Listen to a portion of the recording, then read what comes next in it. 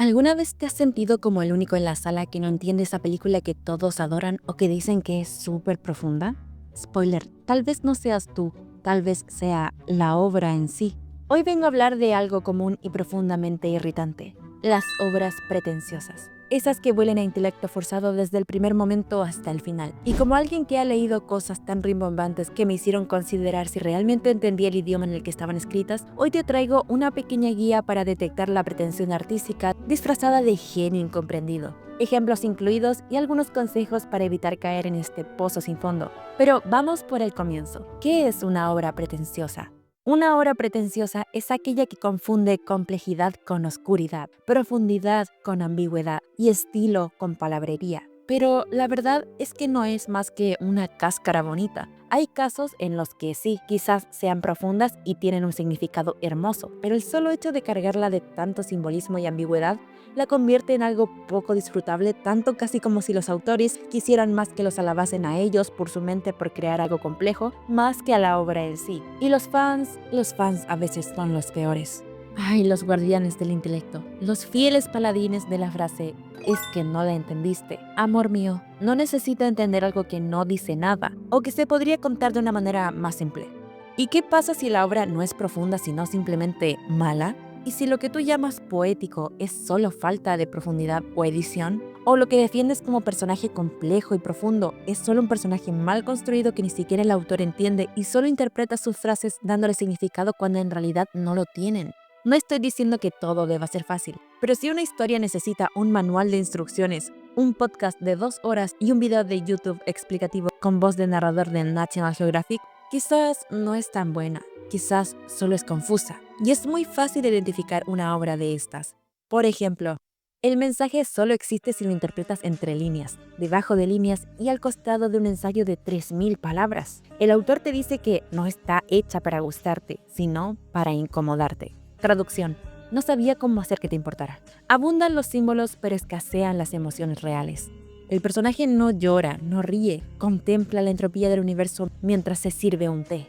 Tiene diálogos artificialmente filosóficos. Nadie habla así en la vida real, ni siquiera los filósofos. Y los libros no es que sea el estilo poético, es puro humo envuelto en palabras rimbombantes. Y además, cualquier crítica es respondida con "es que no la entendiste". Amigo, si la obra depende de ser entendida solo por elegidos, quizás no es una obra, es un acertijo. Por Instagram, como siempre, les pregunté a ustedes qué obras consideraban pretenciosas. Así que hablaremos de esto y por qué la gente piensa así. Yo ya daré mi opinión para el final y ya la verdad veo venir la funa sobre mí. Una de las que más se repitió fue Arcane. Muchos dicen que el final se vuelve confuso y que las interpretaciones de este carecen de sentido, cuando en realidad el mensaje es mucho más simple de lo que lo pintan. También está Neon Genesis Evangelion. Muchos han escrito que el mismo autor ha dicho en múltiples ocasiones que su obra es más bien un reflejo de su depresión y que la gente tiende a sobreanalizar su profundidad. Además que muchas decisiones estéticas y secuenciales fueron por falta de presupuesto y no por cosas que suponen los fans. El Principito. Una obra que, bajo su apariencia de cuento infantil, aborda temas profundos como la soledad, la amistad y el sentido de la vida. Sin embargo, algunos lectores consideran que su simbolismo puede resultar excesivo o pretencioso. Devilman Crybaby. Bueno, en TikTok tengo un video donde recomiendo esta serie, que curiosamente la vi solo una vez y no la volvería a ver, y pienso que su mensaje no es tan profundo como para llegar a ser pretenciosa, pero lo que en este caso pienso que sí es pretencioso son sus fans. Pasa mucho con cosas como El Principito, que sí tiene mensajes lindos y reflexivos, pero hay gente que lo trata como si fuera una especie de biblia existencial cuando en realidad fue escrito con una intención bastante sencilla y emocional. Lo mismo con Devilman Crybaby, que empieza con un mensaje fuerte sobre la naturaleza humana, pero después se vuelve un caos cuando les preguntas a los fans qué piensan y cómo lo interpretan. Y luego lo defienden como si todo fuera una obra maestra llena de capas ocultas que no todos entienden. Lo irónico es que muchas veces los autores no tienen esta intención de complejidad extrema. A veces solo querían contar una historia con emoción, crudeza o belleza, pero el público se encarga de envolverla en un halo de "esto es solo para los que verdaderamente entienden el arte". Ahí es donde para mí empieza lo pretencioso y también la sobrevaloración. Otra forma de identificar obras pretenciosas es saber si su autor lo es. Tengo un ejemplo perfecto, con una novela de pago de Wattpad, y tan solo con la introducción Ustedes podrán sacar sus propias conclusiones, pues en el desayuno se sabrá cómo es el almuerzo. Vamos a echarle un vistazo. Muy buenos días, tardes o noches a todas las personas que estén leyendo ahora estas palabras. Como autor de esta novela veo adecuado hacer una breve presentación antes de comenzar a leer esta obra. La idea principal surgió en verano de 2015, aunque no comencé a desarrollarla hasta octubre de ese mismo año. Recalco que la novela es la primera novela que he escrito en mi vida. De pequeño solía escribir pequeños cuentos que compartía con mis compañeros y familiares al estilo de estos autores, bla bla bla. Y aquí me detengo para decir que a los lectores no les interesa la vida del autor, les interesa la obra que quieres contar. Por aquí dice, desde entonces muchas ideas han surgido en mi mente con la necesidad de ser plasmadas en papel. ¿Ok? Wattpad logró que pudiera transmitirlas a tantas y tantas personas. Entre ellas estás tú, mi humilde lector. No entiendo muy bien la frase de humilde lector, porque ¿por qué lo serían? Pienso que sería esperable humildad más bien por parte del autor que por el lector, ya que el lector es el que eligió esta obra para ser leída, eligió tu obra. Pero debo ser sincero, soy humano. Los seres humanos estamos en constante evolución. La vida nos enseña miles de aprendizajes que antes no sabíamos, y veo correcto reconocer que yo, como escritor, he ido aprendiendo de la experiencia y la constancia. Es por eso que dejo a vuestra entera disposición el resto de obras en mi perfil para que podáis disfrutar de este aprendizaje cuando y como queráis. Esta es una historia que ha emocionado a miles de personas, una novela que he disfrutado escribir a cada instante, una aventura que puede crear una intensa conexión entre nosotros. Dicho esto, solo falta algo más por añadir. Respira hondo y prepárate física y mentalmente, porque la leyenda de Silver Creek está a punto de comenzar. Bueno, sería lamentable encontrarnos con una historia que no cumpla esas expectativas una vez leída esta introducción, ¿no les parece? Y aquí van algunos consejos que veo necesario dar. No escribas para impresionar, escribe para comunicar. La narrativa no es un desfile de egos, es un puente entre tu mente y la del lector, espectador o jugador, lo que sea. El subtexto es hermoso, pero necesita base emocional. Una historia sin alma, aunque esté llena de símbolos, es como un diccionario, mucha información, poca conexión. Relee tus diálogos en voz alta. Si suenas como un personaje de Crepúsculo explicándole el libre albedrío a Sócrates, corrige. Permítete no ser críptico. La claridad no es enemiga de la inteligencia. De hecho, requiere más talento decir algo profundo con palabras simples que lo contrario. Confía en tu historia, no en tus adornos. Si una idea es buena, no necesita disfrazarse de mística, se sostiene sola. Las obras pretenciosas suelen ser ineficientes en su narrativa. La estructura falla, los personajes no tienen desarrollo lógico y las decisiones creativas carecen de coherencia interna. ¿Cuál piensas tú que sería una obra pretenciosa? ¿O cómo las identificas en tu caso? Y bueno, ha llegado el momento en el que debo dar mi opinión. Y sé que esto va a levantar cejas, pero diré Hayao Miyazaki. Sí, estoy hablando de Hayao Miyazaki, el genio detrás de Estudio Ghibli, el hombre que nos dio El viaje de Chihiro, Mi vecino Totoro, La princesa Mononoke y un sinfín de joyas animadas que marcaron la infancia y el corazón de muchas personas, incluyéndome.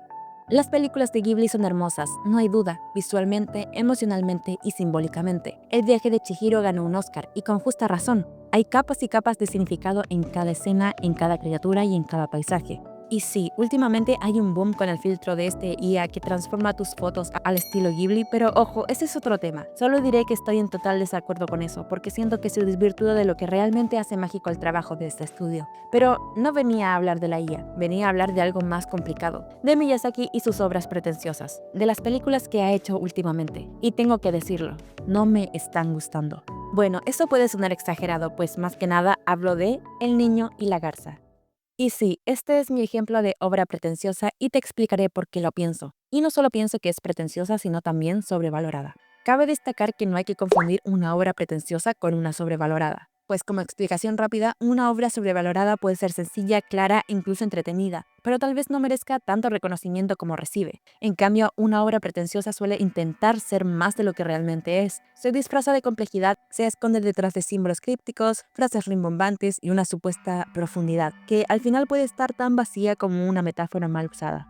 Aunque la serie, película o libro pueda abordar temas complejos y utilizar una estética visual distintiva, esto no es suficiente si la narrativa y los personajes no están bien construidos. Una obra realmente profunda no solo tiene que parecerlo a través de la superficie, debe generar una resonancia emocional genuina con el espectador. No digo que así sea exactamente el caso con esta película, pero sí llegué a pensar que tal vez quería ser algo súper emotivo y poético, pero para mí acabó siendo solo un paisaje bonito. Y no es porque no la entiendo o porque me volví insensible al arte. Es que, por ejemplo, esta última la percibo, como dije, demasiado pretenciosa y también a sus fans, como si buscara forzadamente ser profunda en vez de dejar que la historia hable por sí sola como lo hacía antes.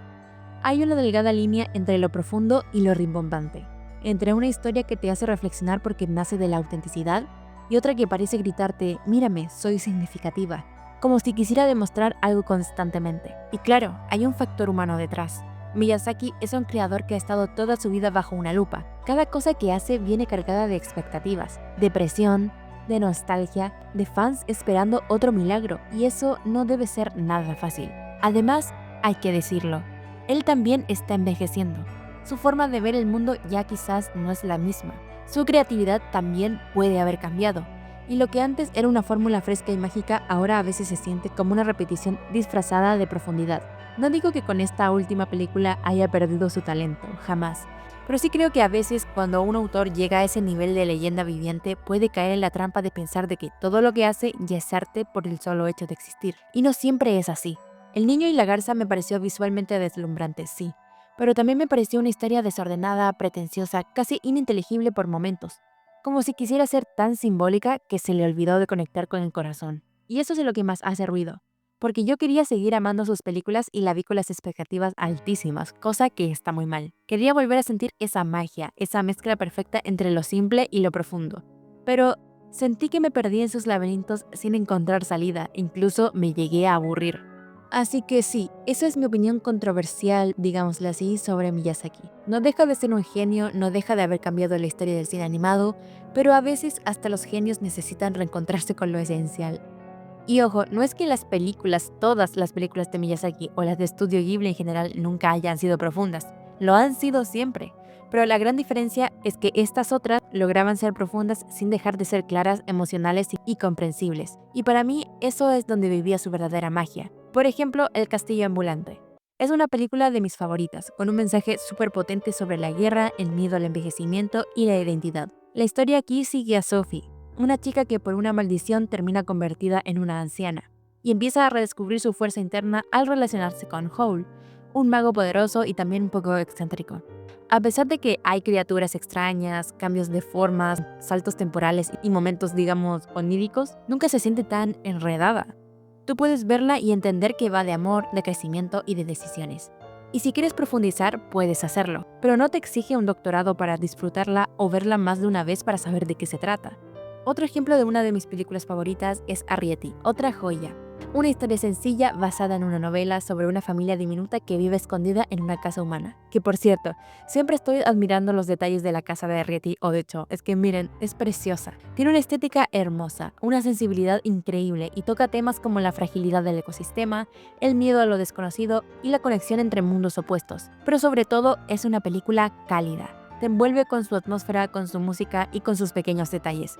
Y no necesita discursos complicados para hacerte sentir. Te lo dice todo con miradas, silencios y una taza de té del tamaño de una gota. Que por cierto, en este canal amamos el té. O también El viaje de Chihiro, que posiblemente es su obra más famosa. Sí, puedes analizarla 1000 veces y siempre descubrirás algo nuevo. Pero lo hermoso también es que puedes verla sin analizar nada y aún así te emociona. Chihiro es una niña que simplemente quiere recuperar a sus padres y en ese proceso crece, aprende y se transforma. Es una aventura que conecta porque es humana y a pesar de lo compleja que puede parecer, todos entendemos lo esencial que está pasando. La profundidad está ahí, pero no se impone. No es necesario entender cada símbolo para sentir algo. Y esa es la diferencia con, por ejemplo, El niño y la garza, que parece más preocupada por ser arte que por contar algo con el corazón. Entonces, ¿qué podemos aprender de esto como escritores, guionistas o simplemente como personas creativas?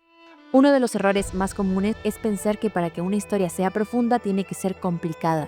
Y no, la verdad es que la profundidad no siempre está en los símbolos ni en las metáforas rebuscadas, sino en lo que se siente auténtico.